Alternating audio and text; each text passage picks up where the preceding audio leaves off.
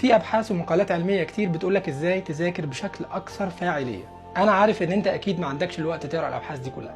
اطمن، انا لخصتهم لك في 11 حل. الحلول دي تبدا تطبقها من النهارده وان شاء الله تشوف نتائج في اقرب وقت. الحل الاول: تعلم نفس المعلومه بطرق مختلفه.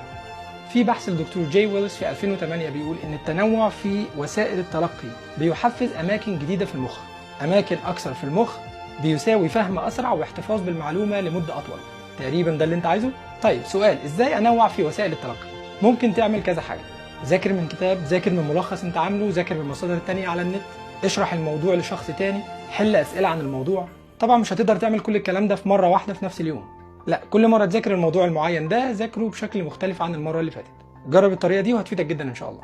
الحل الثاني: ذاكر اكتر من ماده كل يوم. في بحث الدكتور رونر دي سنه 2012 بيقول عقلك بيعمل بكفاءه اكثر اذا ذاكرت مواد متعدده في نفس اليوم.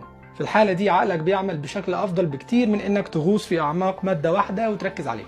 على سبيل المثال، لو انت مخصص النهارده ساعه ونص للمذاكره، لو ذاكرت في الساعه ونص دول 3 مواد كل ماده نص ساعه، هتكتشف انك بتفهم وبتفتكر احسن بكتير من انك تقضي الساعه ونص كلها في ماده واحده. ليه؟ لان احتماليه ان المعلومات المتشابهه في ماده واحده تدخل في بعضها، الاحتماليه دي بتزيد لو ركزت جهدك كله في ماده واحده. انت اكيد مريت بالموضوع ده ونسيت كتير وعارف من غير ما اقول. الحل الثالث: صاحب بالين كذاب. الكلمه دي بنقولها في مصر للي بيعمل حاجتين في نفس الوقت. كل الابحاث اكدت ان تعدد المهام اللي بتعملها في نفس الوقت بيجعلك اقل انتاجيه. مش بس كده، وكمان اكثر تشتتا، واعذرني، واغبى.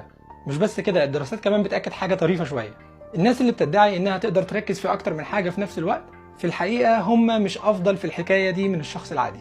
والطلاب الناجحين ما بيركزوش في حاجتين في نفس الوقت. اقفل موبايلك، ما تردش على الرسائل، اقعد في مكان هادي، وخلي مكان مذاكرتك مرتب جدا، ده ضروري جدا ليك. الحل الرابع: اختصر. في حاجه اسمها نيمونيك ديفايسز، ودي بنستخدمها لما بنعوز نفتكر كميه ضخمه من المعلومات. انا بستخدمها حاليا دلوقتي عشان اعرف اقول لك كل المعلومات دي بالترتيب. لما تعوز مثلا تفتكر بالترتيب خطوات معينه لتجربه او احداث معينه تاريخيه بالترتيب او اي حاجه تانية مشابهه، الحاجات دي بتاخد منك وقت ومجهود كبير، وفي الاخر برضو بتكتشف ان في حاجه لازم هتلخبطك. طب الحل ايه؟ الحل انك تعمل لها اختصارات وتحفظ بيها. ازاي؟